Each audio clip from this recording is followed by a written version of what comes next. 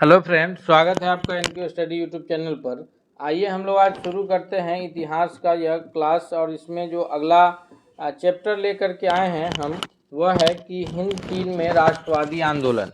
हिंद चीन में जो राष्ट्रवादी आंदोलन है, यह कक्षा 10 के इतिहास से महत्वपूर्ण ऑब्जेक्टिव प्रश्नों का सेट लेकर के आए हैं। इसमें जो भी प्रश्न होंगे उसको हम लोग एक एक करके देखेंगे। यह आपके सभी तरह के जो कम्पिटिटिव एग्ज़ाम्स हैं, खासकर जो 10th लेवल तक के स्टेट एग्ज़ाम्स वगैरह हों या बोर्ड एग्ज़ाम्स हो, उसके दृष्टि से बहुत ही महत्वपूर्ण प्रश्न है। तो अंत तक बने रहिएगा वीडियो में, तथा वीडियो को लाइक कीजिएगा और दोस्तों के बीच भी इसे शेयर कीजिएगा। और अगर आप चैनल पर नए हैं तो सब्सक्राइब जरूर कीजिएगा। साथ ही साथ अगर ये आपको वीडियो पसंद आए या इसमें कुछ क्वालिटी इंप्रूव की ज़रूरत है तो आप इसे हमें कमेंट करके भी ज़रूर बताएंगे। हम लोग शुरू करते हैं, पहला सवाल की तरफ चलते हैं। पहला है कि अंकोर वाट का मंदिर कहाँ स्थित है। अंकोर वाट का जो मंदिर है यह वियतनाम में स्थित है, थाईलैंड में स्थित है, लाओस में स्थित है या फिर कंबोडिया में स्थित है। तो इस प्रश्न का जो सबसे करेक्ट आंसर होगा कि अंकोर वाट का जो मंदिर स्थित है यह कंबोडिया में स्थित है, अर्थात ऑप्शन नंबर डी जो है वो सबसे करेक्ट आंसर के रूप में जाना जाएगा। अब हम लोग बढ़ेंगे अगले क्वेश्चन की ओर। दूसरा क्वेश्चन है कि हिंद चीन जो पहुंचने वाले प्रथम व्यापारी थे वो कौन थे। वो इंग्लैंड के लोग थे, फ्रांस के लोग थे या फिर पुर्तगाली थे या डच थे। तो हिंद चीन को आने वाले जो प्रथम व्यक्ति का नाम आता है, यानी जो प्रथम व्यापारी वर्ग है, वो है ऑप्शन नंबर सी सबसे करेक्ट आंसर है कि वो सारे लोग जो है वो पुर्तगाली लोग सबसे पहले जो है हिंद चीन आने के लिए जाने जाते हैं। अब हम लोग बढ़ते हैं अगले क्वेश्चन की ओर। नेक्स्ट क्वेश्चन हमारे स्क्रीन पर क्या है कि अगला प्रश्न है, तीसरा नंबर क्वेश्चन है कि हिंद चीन में बसने वाले फ्रांसीसी कहे जाते हैं। हिंद चीन में जो फ्रांसीसी बसे थे उनको क्या कहा जाता था। उनको फ्रांसीसी कहा जाता था या फिर शासक वर्ग कहा जाता था या फिर कुलोन कहा जाता था या जनरल कहा जाता था। तो इसका जो सबसे करेक्ट आंसर होगा कि हिंद चीन में जो बसने वाले फ्रांसीसी कहलाते थे उन्हें कुलोन कहा जाता था, यानी ऑप्शन नंबर सी जो है वो सबसे करेक्ट आंसर के रूप में जाना जाएगा। अगले प्रश्न की ओर बढ़ते हैं। अगला प्रश्न है कि नरोत्तम सिहानुक कहाँ के शासक थे। नरोत्तम सिहानुक का जो शासक हैं वो वियतनाम के हैं या लाओस के हैं, कंबोडिया के हैं या फिर थाईलैंड के हैं। तो इसका जो सबसे चौथा नंबर क्वेश्चन का जो सबसे करेक्ट आंसर होगा कि नरोत्तम सिहानुक जो हैं वो कंबोडिया के शासक हैं, यानी ऑप्शन नंबर डी जो है वो सबसे करेक्ट आंसर हो जाएगा। आप लोग भी अगर आपको उत्तर पहले पता है तो आप कमेंट कीजिएगा क्वेश्चन के साथ कि चौथा का उत्तर ए बी सी डी, इस तरह से, ताकि ये पता चल जाए कि कितनी % तैयारी आपकी हो चुकी है। तो हमारे बताने से पहले आप उत्तर कमेंट करके भी जरूर बताइएगा। अगले प्रश्न की ओर बढ़ते हैं। नेक्स्ट क्वेश्चन है कि the history of the loss of Vietnam किसने लिखा है। ये जो पुस्तक है the history of the loss of Vietnam, यह हो ची मिन्ह ने लिखा है या फार्म बोई चाउ ने लिखा है या क्वांग ने लिखा है या फिर त्रिभु ने लिखा है। तो इसका जो सबसे करेक्ट आंसर है कि the history of the loss of Vietnam के जो लेखक हैं वो फान बोई चाउ है, यानी ऑप्शन नंबर बी जो है वो सबसे करेक्ट आंसर है। अगले प्रश्न की ओर बढ़ते हैं, छठा नंबर क्वेश्चन की ओर। छठा नंबर क्वेश्चन है कि मार्च 1946 ईस्वी में फ्रांस व वियतनाम के बीच होने वाले समझौता को किस नाम से जाना जाता है। मार्च 1946 में जो फ्रांस और वियतनाम के बीच जो समझौता हुआ है उसको जिनेवा समझौता के नाम से जानते हैं या फिर हनोई समझौता के नाम से या पेरिस समझौता या फिर धर्मनिरपेक्ष समझौता के नाम से जाना जाता है। तो इसका जो सबसे करेक्ट आंसर होगा छठा नंबर प्रश्न का कि मार्च 1946 में फ्रांस और वियतनाम के बीच जो समझौता हुआ है उसको हनोई समझौता के नाम से जाना जाता है, यानी ऑप्शन नंबर बी जो है वो सबसे सही उत्तर है। अगले प्रश्न की ओर बढ़ेंगे हम लोग। अगला क्वेश्चन है कि किस प्रसिद्ध दार्शनिक ने एक अदालत लगाकर अमेरिका को वियतनाम युद्ध के लिए दोषी करार दिया था। ये कौन है, कौन से फिलोसफर हैं ये। रसेल हैं, हो ची मिन्ह हैं, नरोत्तम सिहानुक है या फिर रूसो हैं। इनमें से किसने जो है एक विशेष अदालत लगा करके जो है वियतनाम को युद्ध के लिए दोषी, अमेरिका को वियतनाम युद्ध के लिए दोषी करार दिया है। तो इसका जो सबसे करेक्ट आंसर के रूप में जाना जाएगा वो ऑप्शन नंबर ए होगा, यानी रसेल ने ऐसा किया था। अगले क्वेश्चन की ओर बढ़ते हैं हम लोग। अगला क्वेश्चन है कि हिंद चीन क्षेत्र में अंतिम युद्ध समाप्ति के समय अमेरिका का राष्ट्रपति कौन था। हिंद चीन क्षेत्र में जब युद्ध चल रहा था तो उस वक्त जो अंतिम युद्ध समाप्ति का समय था, उस वक्त अमेरिका का राष्ट्रपति जॉर्ज वाशिंगटन था या निक्सन था या जॉर्ज बुश था या फिर रूजवेल्ट है। इसका सबसे करेक्ट आंसर कौन होगा? तो 8वां नंबर प्रश्न के लिए जो सबसे सही उत्तर होगा जॉर्ज वाशिंगटन जो है वो तो सबसे पहले राष्ट्रपति के रूप में जाने जाते हैं और उन्हीं के नाम पर जो है अमेरिका की राजधानी वाशिंगटन है। अगला जो इसका सबसे करेक्ट आंसर है वो है ऑप्शन नंबर बी, यानी कि निक्सन जो है वो उस वक्त अमेरिका का राष्ट्रपति था। अगले प्रश्न की ओर बढ़ते हैं। अगला है कि हुआ हवा आंदोलन किस प्रकृति का आंदोलन था? यानी यह एक क्रांतिकारी आंदोलन था या धार्मिक आंदोलन था या फिर साम्राज्यवादी समर्थकों का आंदोलन था या क्रांतिकारी धार्मिक आंदोलन था? तो हुआ हवा आंदोलन जो है वो एक तरह से क्रांतिकारी भी है और धार्मिक भी है, तो हम ये कह सकते हैं कि यह क्रांतिकारी धार्मिक आंदोलन है। यानी इसके लिए जो सबसे करेक्ट आंसर होगा वो ए बी ना होकर के डी होगा। बीपीएससी जैसे ए से अधिक पूछे तो उस तरह में अगर ऑप्शन रहे तो ये क्रांतिकारी धार्मिक आंदोलन है, यानी ऑप्शन नंबर डी जो है इसका सबसे करेक्ट आंसर है। अगले प्रश्न की ओर बढ़ते हैं। अगला है कि जिनेवा समझौता कब हुआ है? जिनेवा समझौता 1954 में हुआ है या फिर 1960 में या 1950 में या फिर 1946 में? इसका सबसे करेक्ट आंसर कौन सा होगा? तो इस प्रश्न के लिए जो सबसे करेक्ट आंसर होगा कि जिनेवा समझौता जो है ये हुआ है 10वां नंबर क्वेश्चन का सबसे करेक्ट आंसर है कि जिनेवा समझौता कब हुआ है? तो ये 1954 में हुआ है, यानी ऑप्शन नंबर ए जो है ये सबसे करेक्ट आंसर होगा।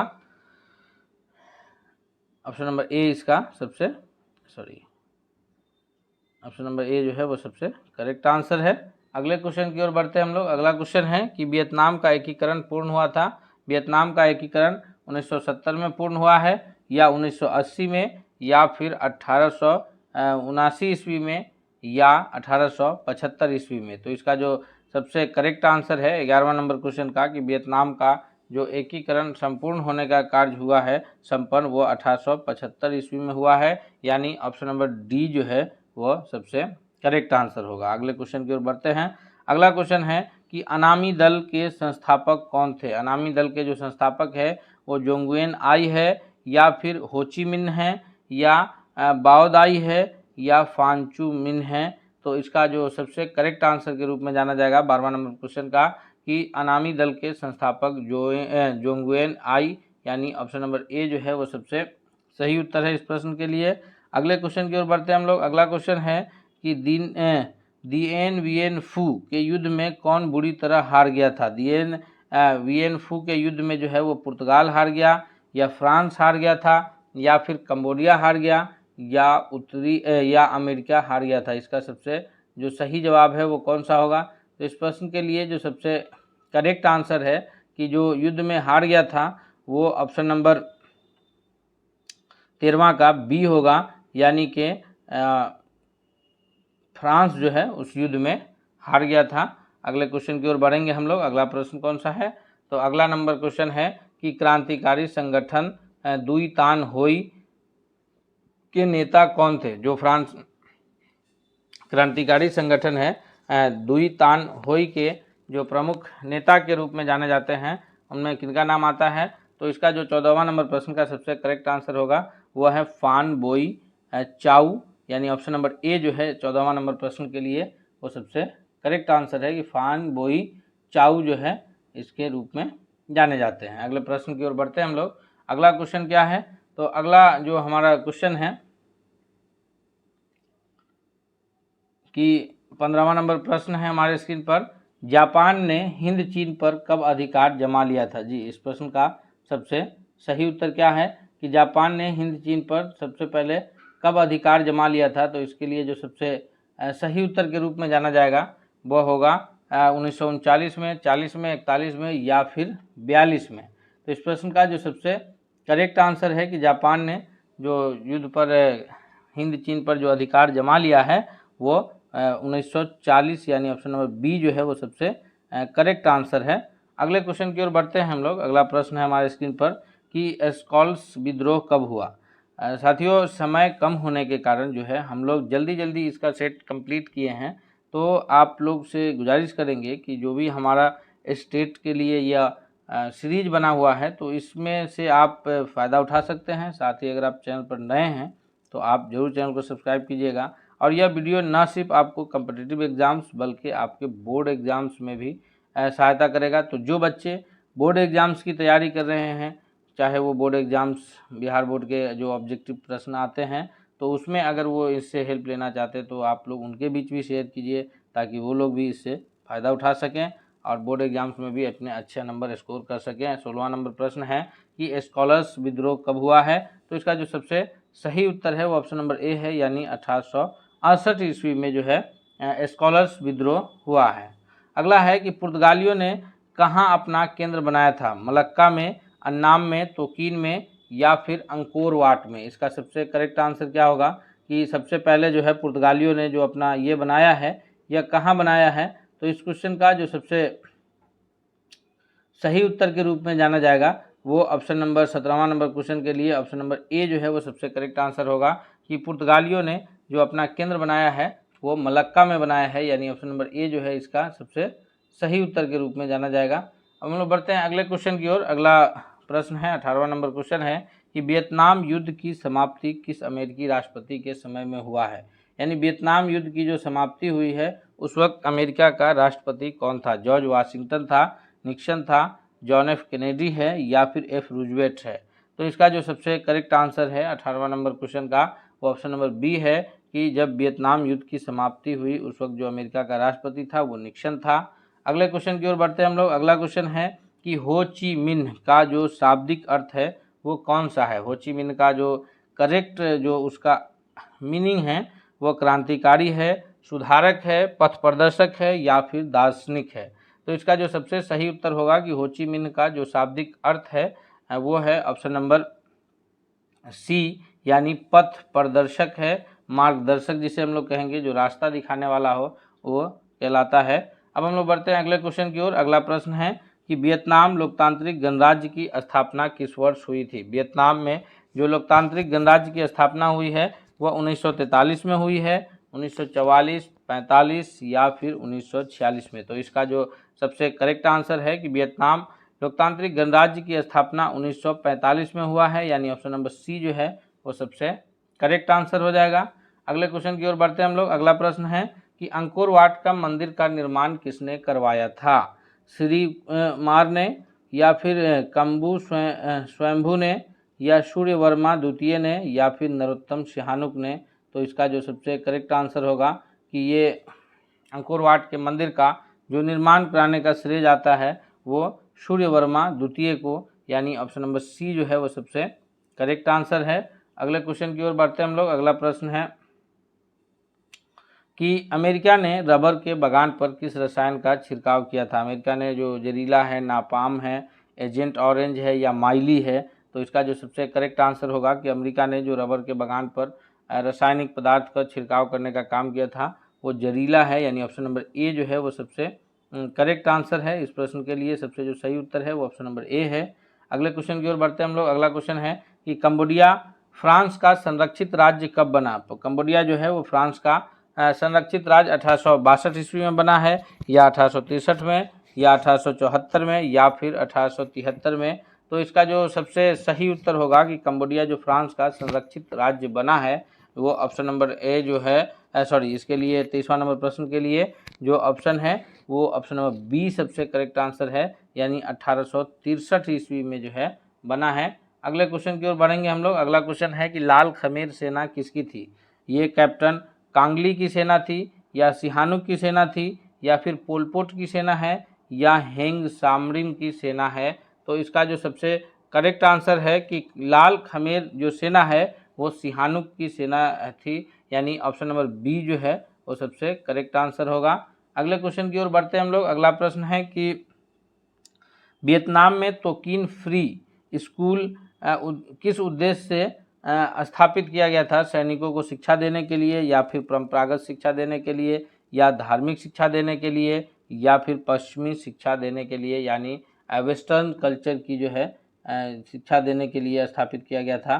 तो इसका जो सबसे करेक्ट आंसर होगा कि वियतनाम में जो तोकीन फ्री स्कूल की स्थापना किया गया है वो पश्चिमी सभ्यता की शिक्षा देने के लिए यानी वेस्टर्न कल्चर की एजुकेशन देने के लिए किया गया था।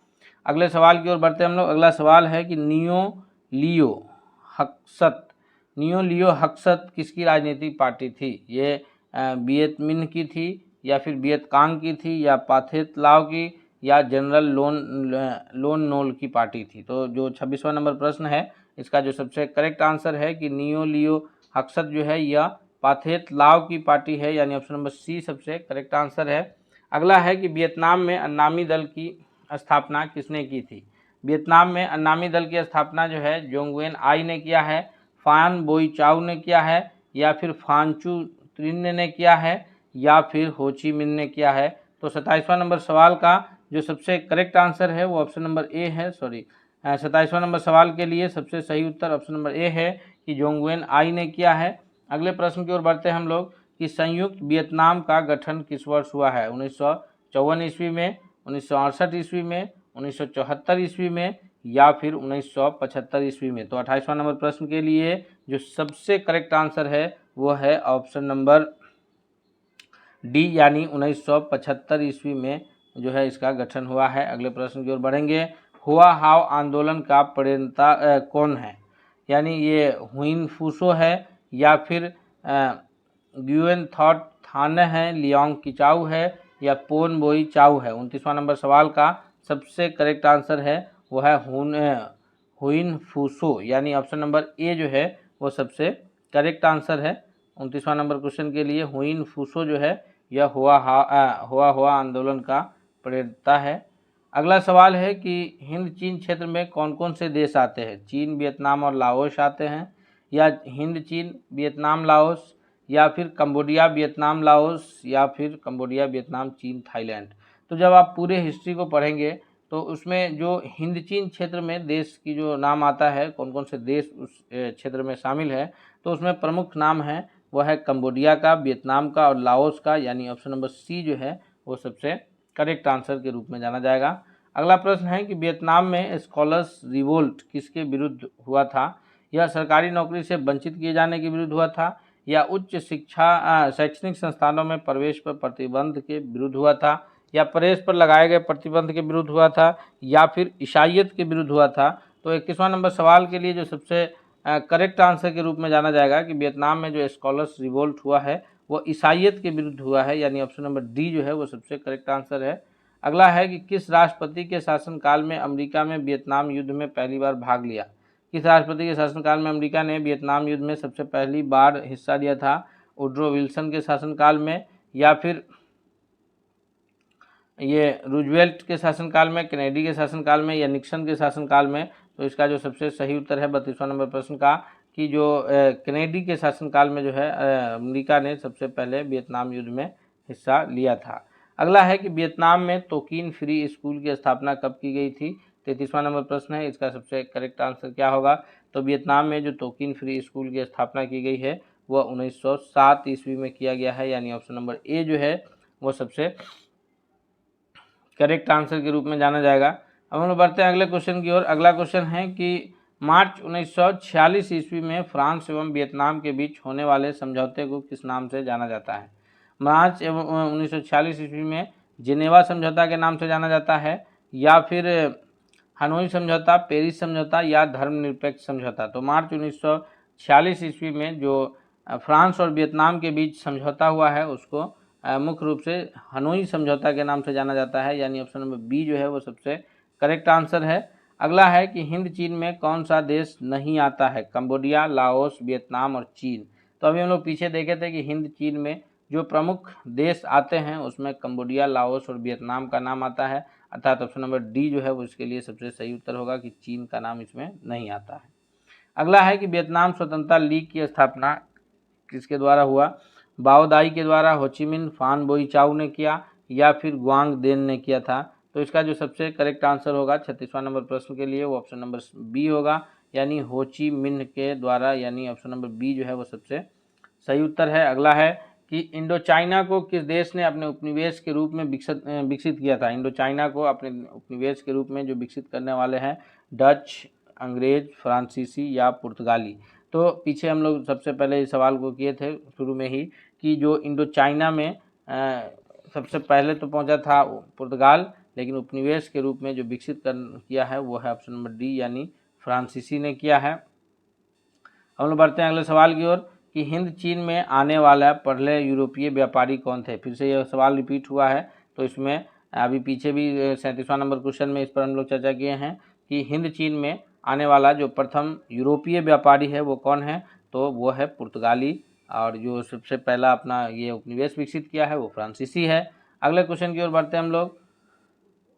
अगला क्वेश्चन है हमारे स्क्रीन पर कि लियांग कीचाओ कौन थे। यह चीनी सुधारक है, जापानी दार्शनिक है, वियतनामी क्रांतिकारी हैं, या इनमें से कोई नहीं।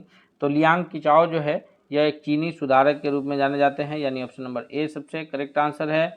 अगला क्वेश्चन है कि प्राचीन काल में वियतनाम पर किस सभ्यता संस्कृति का प्रभाव रहा है। तो प्राचीन काल में वियतनाम पर जो सभ्यता संस्कृति का प्रभाव सबसे अधिक रहा है वह है चीनी सभ्यता का, यानी ऑप्शन नंबर ए जो है वह सबसे करेक्ट आंसर होगा।